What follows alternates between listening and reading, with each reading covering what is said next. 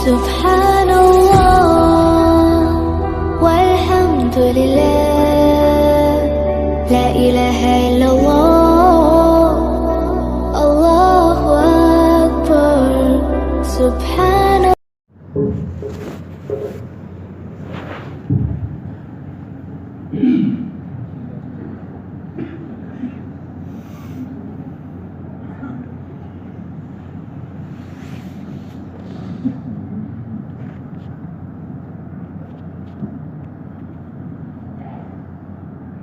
بسم الله الرحمن الرحيم الحمد لله رب العالمين والصلاة والسلام على سيد المرسلين وعلى آله وصحبه أجمعين. میرے بزرگوں اور پیارے بھائیوں، الحمدللہ آپ حضرات کے خلوص کی برکت سے بہت نفع کی چیزیں، نفع کی باتیں ہمارے سامنے آئی ہیں. اللہ تعالی ہم سب کو عمل کرنے کی توفیق عطا فرمائے. ایک چیز بنیادی ہے خیر کمانے کے لیے، وہ ہے آخرت کا فکر. انما ہممنا الآخرہ ولیست ہممنا الدنیا. یہ صحابہ کرام فرمایا کرتے تھے کہ انما ہممنا الآخرہ لیست ہممنا الدنیا. یہی اصلی ہے. ہر خیر کو حاصل کرنے کے لیے، ہر شر سے بچنے کے لیے، ہر ترقی تک پہنچنے کے لیے کہ ہماری فکر جو ہے وہ آخرت بنانے کی بن جائے.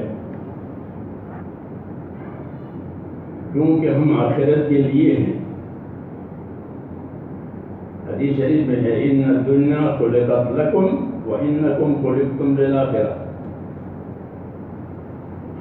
کہ دنیا کو تو اللہ نے تمہارے لیے پیدا کیا ہے. یہ بشارت ہے کہ دنیا کا چیز تمہارے لیے ہے، کسی جن کے لیے، کسی فرشتے کے لیے نہیں ہے.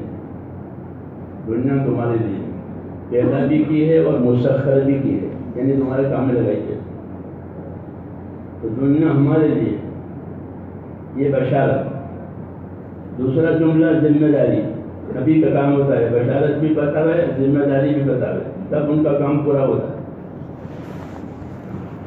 بشارت میں تو یہ کہا، یہ فرمایا کہ دنیا کو تمہارے لیے بنایا، تم کو آخرت کے لیے بنایا. یہ ہے ذمہ داری کہ ہر آدمی یہ سوچے کہ میں آخرت کے لیے ہوں. امام غزالی فرماتے ہیں ہر آدمی آخرت کا مسافر ہے.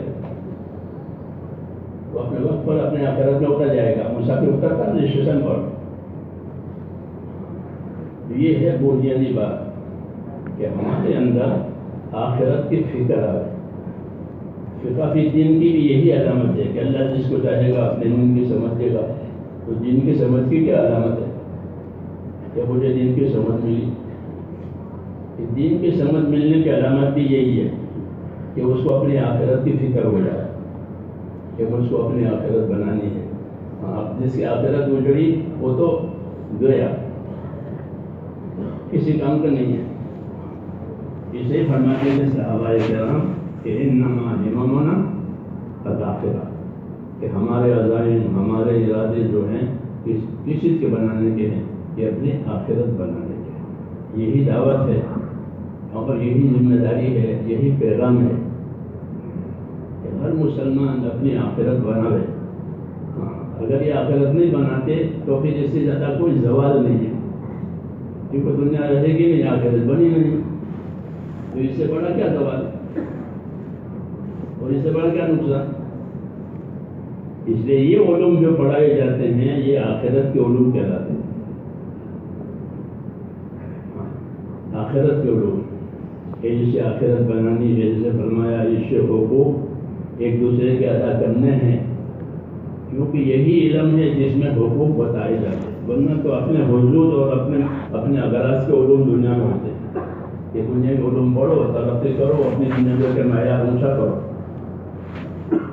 یہ ہوتا ہے دنیا کے علوم میں. یہاں یہ نہیں ہوتا. یہاں یہ ہوتا ہے کہ اللہ تعالیٰ کے بندے بن کر کے زندگی گزارو، آپس کے بھائی رہو. کونوا عباد اللہ اخوانا. کہ اللہ کے تو بندے بنو، آپس کے بھائی بنو. اللہ کے بندے بن کر اللہ کا حق ادا کرنا ہے، بھائی بن کر بھائی کا حق ادا کرنا ہے. یہ مختصر پروگرام کہ اس سے آخرت بنے گی، اس سے آخرت بنے گی. کیوں کہ آخرت اصلی ٹھکانہ ہے، پھر وہاں سے کہیں نہیں جانا ہے. اگر وہ بنی تو بنا ہوا ملے گا، اگر وہ اجڑے تو اجڑا ہوا ملے گا. ہاں، کیوں کہ وہ آخری ٹھکانہ ہے. واسطے آخرت الذی فیہا معادی، کہ اللہ میرے آخرت صحیح کر دے. کیوں کہ وہ میرا اصلی ٹھکانہ پھر وہاں سے کہیں نہیں جانا ہے. اس لیے میرے بزرگوں اور میرے بھائیوں، ہماری اصلی فکر وہ ہماری آخرت کی فکر ہے کہ ہم اپنی فکروں کو آخرت والی فکر بنائیں گے تو اللہ دنیا کی فکروں میں ہمارا مددگار ہوگا. جو اپنی فکروں کو آخرت کی فکر بنائیں گے تو دنیا کی فکروں میں اللہ تعالیٰ مددگار بنے گا. اور جو اپنی فکروں کا دنیا بنائے گا، اللہ ایسے لوگوں سے کوئی پرواہ نہیں ہے کہ کس جیل میں جا کے ہلاک ہو جائے. اس لیے یہ بڑی بات ہے اور یہی بڑی اہم چیز ہے کہ ہم اپنے آخرت بنا لیں. آخرت ایمان سے بنے گی، آخرت علم سے بنے گی، اور کسی چیزیں نہیں بنے گی. دو ہی چیزیں نبیوں کے ذریعے سے آتی ہے، ایمان اور علم. اللہ کا تعلق، پھر اللہ کے تعلق کے کیا تقاضے ہیں وہ علم بتائے گا. پھر مخلوق سے کیا کرنا ہے وہ بھی علم بتائے گا. جیسا بھی سنا، یہی پروگرام ہے. دنیا سے آخرت بناؤ، دنیا سے آخرت بناؤ. وابتغ فیما آتاک اللہ الدار الآخرہ. قارون سے کہا تو اس کو دنیا دی ہے، آخرت بنا لے. اس نے نہیں بنائی تو دنیا بھی نہیں دی، آخرت بھی. یہ خالی قارون کے لیے یہ بات نہیں تھی، یہ ہر ایک کے لیے بات کہ ہر ایک اپنی دنیا سے آخرت بنا لے. اور دنیا سے آخرت بنانے کے لیے ایمان چاہیے اللہ پر اور اس کے رسول پر، اور اس کا علم چاہیے، اس کا علم چاہیے.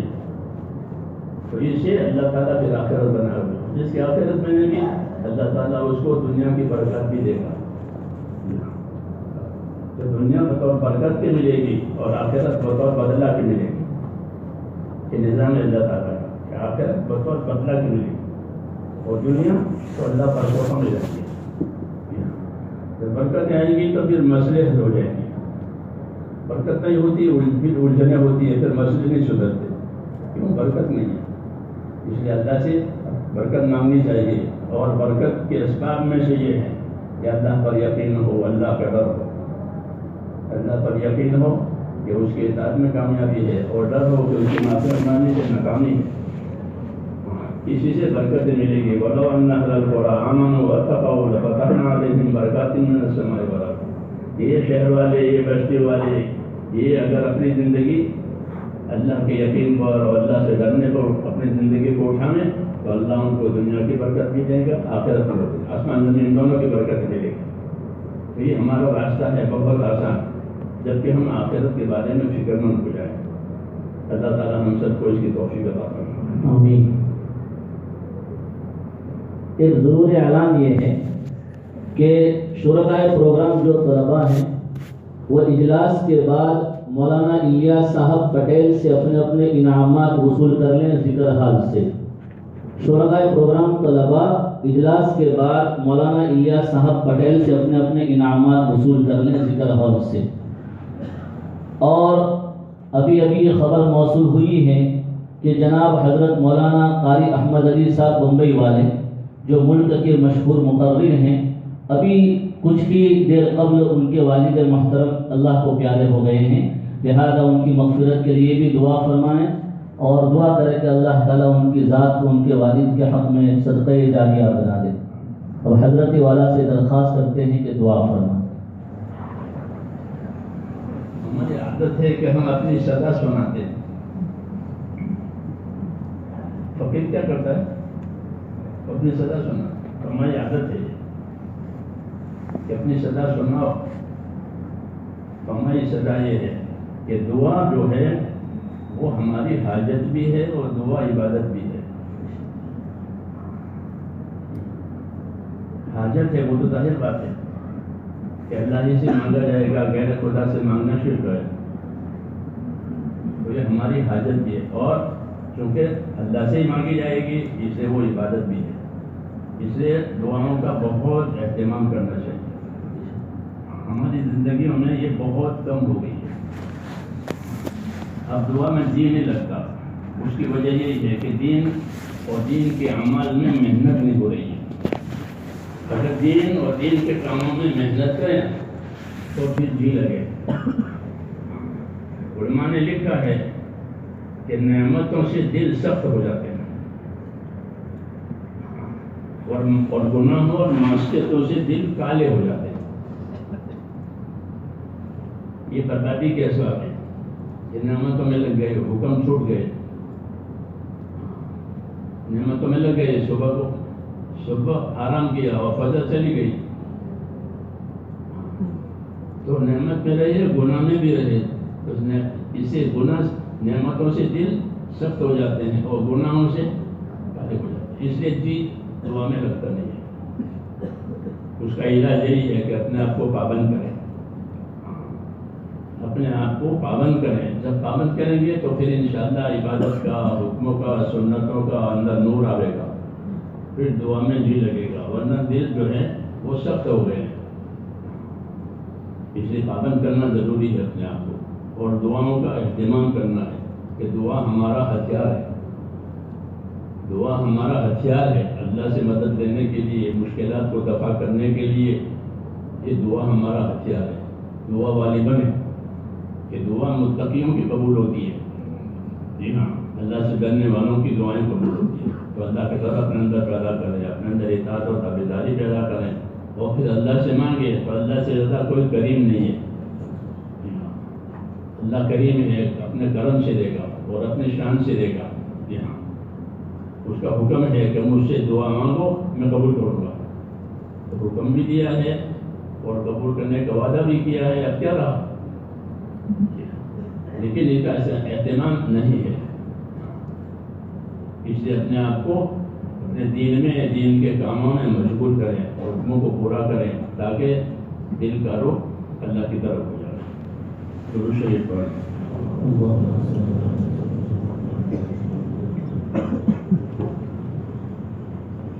بسم اللہ الرحمن الرحیم. اللہم لک الحمد کلہ ولک الشکر کلہ ولک الملک کلہ بیدک الخیر کلہ الیک یرجع الامر کلہ لا الہ الا اللہ وحدہ لا شریک لہ لہ الملک ولہ الحمد یحیی ویمیت وہو حی لا یموت بیدہ الخیر وہو علی کل شیء قدیر. اللہم صل علی سیدنا محمد وعلی آل سیدنا محمد كما صليت على إبراهيم وعلى آل إبراهيم إنك حميد مجيد. اللهم بارك على سيدنا محمد وعلى آل سيدنا محمد كما باركت على إبراهيم وعلى آل إبراهيم إنك حميد مجيد. اللهم يا أرحم الراحمين يا أرحم الراحمين يا أرحم الراحمين. ربنا ظلمنا أنفسنا وإن لم تغفر لنا وترحمنا لنكونن من الخاسرين. ربنا إننا آمنا فاغفر لنا ذنوبنا وقنا عذاب النار. ربنا إننا آمنا فاغفر لنا ذنوبنا وقنا عذاب النار. اللهم اغفر لي ولوالدي واغفر يا رب لجميع المؤمنين والمؤمنات والمسلمين والمسلمات الأحياء منهم والأموات ولإخواننا الذين سبقونا بالإيمان ولا تجعل في قلوبنا غلا للذين آمنوا ربنا إنك رؤوف رحيم. اللهم اشرح صدورنا للإسلام. اللهم حبب إلينا الإيمان وزينه في قلوبنا وكره إلينا الكفر والفسوق والعصيان. اللهم اجعلنا من الراشدين. اللهم أقبل بقلوبنا إلى دينك وأقبل بقلوب جميع المسلمين إلى طاعتك. ربنا لا تزغ قلوبنا بعد إذ هديتنا وهب لنا من لدنك رحمة إنك أنت الوهاب. يا مقلب القلوب ثبت قلوبنا على دينك. يا مصرف القلوب ثبت قلوبنا على طاعتك. اللهم إن قلوبنا ونواسينا وجوارحنا بيدك لم تملكنا منها شيئا فإذا فعلت ذلك بنا فكن أنت ولينا واهدنا إلى سواء السبيل. اللهم كن أنت ولينا واهدنا إلى سواء السبيل. اللهم كن أنت ولينا واهدنا إلى سواء السبيل. ربنا أرنا الحق حقا وارزقنا اتباعه وأرنا الباطل باطلا وارزقنا اجتنابه يا حي يا قيوم برحمتك نستغيث أصلح لنا شأننا كله ولا تكلنا إلى أنفسنا طرفة عين ولا تنز منا صالح ما أتيتنا ربنا آتنا أفضل ما تؤتي عبادك الصالحين وآتنا أفضل ما تؤتي الناس من المال والأهل والولد غير ضال ولا مضل اے اللہ ہماری مغفرت فرما اے مولا ہماری مغفرت فرما ہم پوری کے پوری امت تیرے دربار میں گنہگار ہیں ہم تو تیرے دربار میں اقراری مجرم ہیں کہ اللہ ہمارے جرموں کو اور پوری امت کے جرموں کو معاف فرما دے پوری امت کی پوری مغفرت فرما پوری امت کی مغفرت فرما امت میں رشد و ہدایت کی ہوائیں چلا دے اے اللہ امت کی صلاحیتوں کو دین پر لگا دے یا اللہ امت کی صلاحیتوں کو برباد ہونے سے بچا دے امت کے مالوں کی جانوں کی آبرو کی دین کی اے اللہ ہر طرف سے وہ ہر چاروں طرف سے حفاظت فرما دے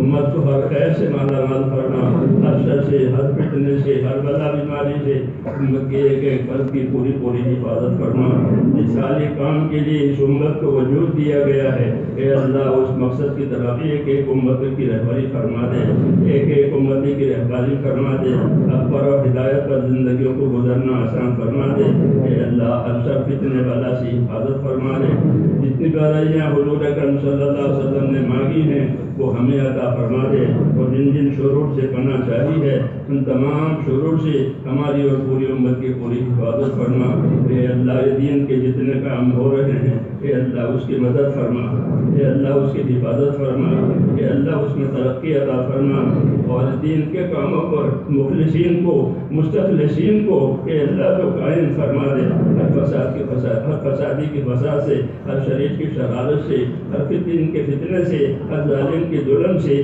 ہمارے دینی تمام کاموں کی پوری پوری حفاظت فرما بھرپور مدد فرما بھرپور مدد فرما اے اللہ امت کے ساتھ عافیت کا معاملہ فرما امت کو عافیت نصیب فرما دے امت کو عافیت نصیب فرما دے تمام بلاؤں سے و بیماریوں سے و پریشانیوں سے امت کو نجات دے کر امت کو عافیت بھی عطا فرما توفیق بھی عطا فرما اور خیر کی طرف متوجہ فرما جتنے کام جتنے ہو رہے ہیں سب کو قبول فرما سب میں ترقی عطا فرما جو بیمار ہیں یا اللہ انہیں شفا عطا فرما اے اللہ انہیں شفا عاجلہ عطا فرما عطا فرما اے اللہ جو ناجائز طور پر محبوس ہیں یا اللہ ان کو عافیت کے ساتھ خلاصی نصیب فرما دے اے اللہ جن کا علاج ہو رہا ہے ان کے علاج میں کامیابی عطا فرما دے جو جس پریشانی میں ہے اس کی پریشانی کو دور فرما جتنی جائز حاجتیں تیرے بندوں کی اٹکی ہوئی ہے ان تمام حاجتوں کو پورا فرما دے اور اس میں برکت عطا فرما دے رسول اللہ صلی اللہ علیہ وسلم نے خیر کے راستے کی جتنی چیزیں مانگی ہیں